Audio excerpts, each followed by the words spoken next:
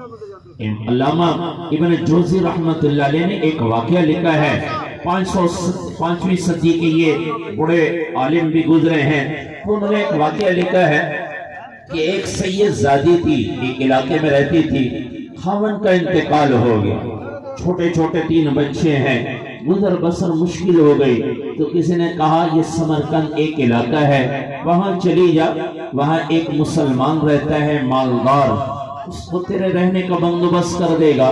یہ عورت وہاں چل کر آئی ہے، اس مسلمان کا دروازہ کٹکھٹایا، وہ باہر نکلا تو کہنے لگی سید زادی ہوں، چھوٹے چھوٹے بچے ہیں، خاوند کا انتقال ہو گیا، گزر بسر مشکل ہے، کوئی رہنے کا بندوبست کر دو، کوئی ضروریات پوری کرنے کا بندوبست کر دو۔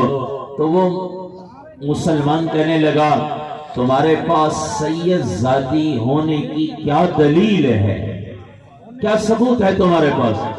کہنے لگی اور تو کوئی ثبوت نہیں بھئی یہی زبان ہے۔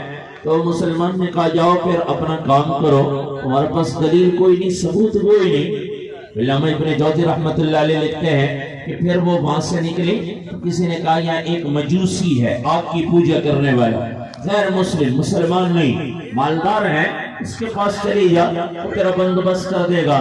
وہ عورت چل کر اس مجوسی کے دروازے پر آئی، دروازہ کٹکھٹایا، حال بیان کیا، سید زادی ہوں، خاوند کا انتقال ہو گیا، چھوٹے بچے ہیں، گزر بسر مشکل ہے، کوئی رہنے کا بندوبست کر دو۔ علامہ ابن جوزی رحمت اللہ علیہ نے لکھا ہے اس مجوسی نے رہنے کا بھی بندوبست کر دیا اور ایک خادم کی ڈیوٹی لگائی، ان کی ضروریات ساری پوری کرو۔ رات کا وقت ہوا، آدھی رات کا وقت، مسلمان سویا ہوا ہے، خواب میں کیا دیکھتا ہے کہ قیامت قائم ہو گئی، سامنے جنت ہے اور عالی شان محل ہے اور اللہ کے نبی تشریف فرمائے ہیں۔ یہ مسلمان جا کر اللہ کے نبی سے جا کر عرض کرتا ہے یا رسول اللہ یہ کس کا محل ہے؟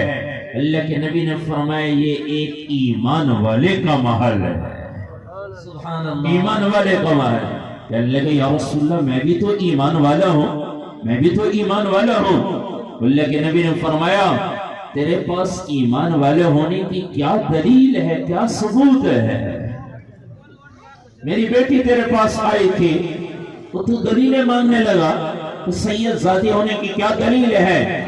آج تو بتا تیرے پاس ایمان والے ہونے کی کیا دلیل ہے؟ فوراً گھبراہٹ میں آنکھ کھلی۔ علامہ ابن جوزی رحمت اللہ نے لکھا ہے خادمہ سے پوچھا کہاں نہیں وہ سید زادی؟ مگر لگے وہ تو مجوسی لے گیا، بھاگتا ہوا گیا، مجوسی کا دروازہ کٹکھٹایا اور وہ باہر نکلا تو کہنے لگے اللہ کا واسطہ دیتا ہوں وہ سید زادی میرے حوالے کر دے۔ وہ مجوسی کہنے لگا جا جا اپنا کام کر، پہلے بن دے کے سودا ہوا تھا، اب میں بھی دیکھ چکا ہوں، جو خواب تو نے دیکھا وہ میں نے بھی دیکھا ہے۔ اللہ کے نبی نے فرمایا یہ محل تیرا ہے، میں کلمہ پڑھ کے اسی نبی کا غلام بن چکا۔